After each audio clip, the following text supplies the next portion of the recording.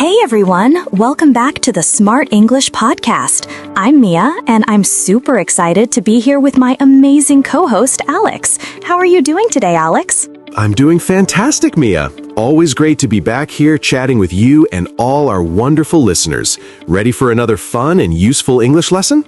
Absolutely. And speaking of useful, today's topic is something many English learners ask about, and it's a huge step towards sounding more natural. We're going to talk about thinking in English. It sounds a little bit like magic, maybe, but it's totally possible, right? Totally possible, Mia. It's not magic at all, but it definitely feels like a superpower once you start doing it. For many learners, especially at the A1, A2 level, the first step is always to translate in your head.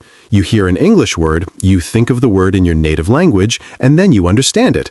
Or, when you want to speak, you think in your native language first, then translate it into English. Yes, I know that feeling very well from when I was learning other languages. It's like you have a little translator living inside your brain, working overtime. So when we talk about thinking in English, what exactly do we mean? Are we saying you should stop translating in your head completely? That's a great question, Mia. Thinking in English means you try to understand English directly. You don't need that little translator in your head anymore.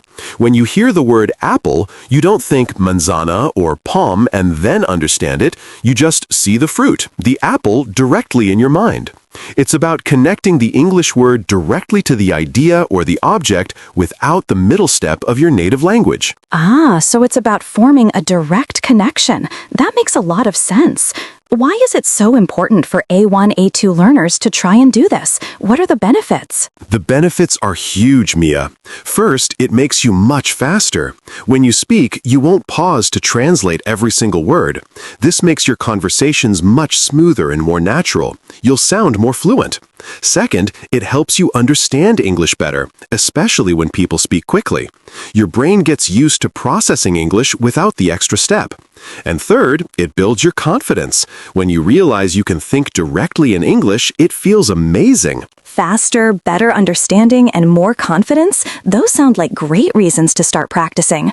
But for our listeners who are just starting out or feel a bit stuck, where can they even begin? It sounds like a big change. How can they practice every day to think in English? It can feel big, but you start small, Mia. The best way to begin is with single words. Look around you right now. What do you see? If you see a table, think table. If you see a chair, think chair. If you see your phone, think phone. Try to label things around you in your head using only English words. Do this throughout your day. When you open your fridge, think milk, eggs, juice. It's a very simple and effective exercise. That's a fantastic tip. So it's like a mental game where you name everything you see. That's something you can do anywhere, anytime. What about moving beyond single words? How can we start thinking in short sentences or phrases? Excellent next step. After single words, you can start to describe actions you are doing or seeing. For example, if you're drinking coffee, think to yourself, I am drinking coffee. If you're walking, think, I am walking. If you see someone eating, think, they are eating.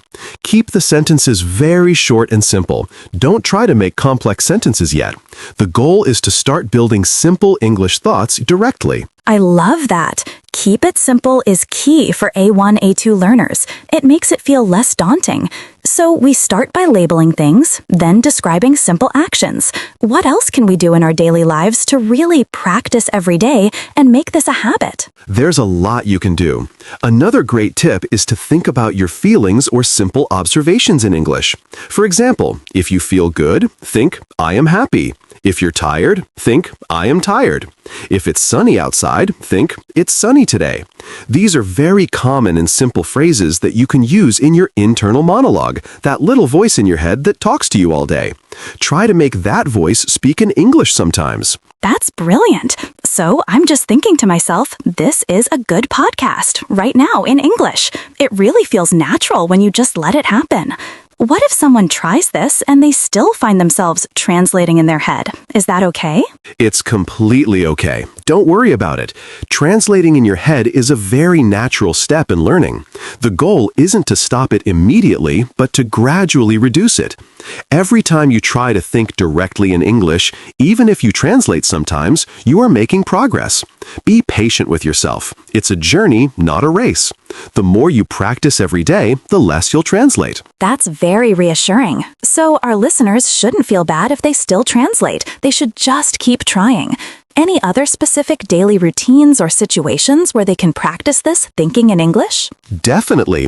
When you're making a shopping list, try to think of the items in English. Bread, milk, eggs.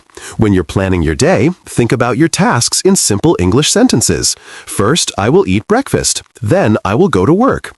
You can even try to narrate your day in your head. For example, I am waking up. I am brushing my teeth. I am getting dressed. These everyday moments are perfect for quiet practice. Those are fantastic practical tips. It's all about making English a part of your everyday life, not just something you study in a textbook.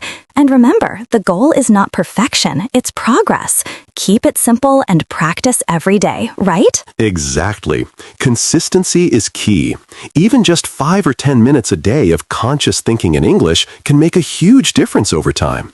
And don't be afraid of making mistakes in your head. No one is listening. It's your personal practice space to build confidence and get comfortable. I love that, your personal practice space. So to recap for our listeners, start with single words, then move to simple sentences describing actions or feelings, use your internal monologue to narrate your day or make simple plans, and most importantly, practice every day and keep it simple. Don't worry about translating in your head. It will get easier over time as you directly understand more. Perfect summary, Mia. If you follow these tips, you'll feel that amazing progress and build confidence in your English very quickly. It's a game changer. It really is. Thank you so much, Val, for breaking down this important topic for us.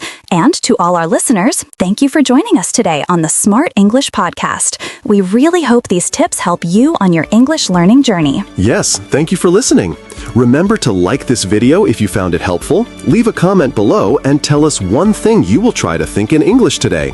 And please subscribe to our channel so you don't miss any new episodes. Keep practicing, keep learning, and we'll see you next time. Bye, everyone. Keep thinking in English. Bye.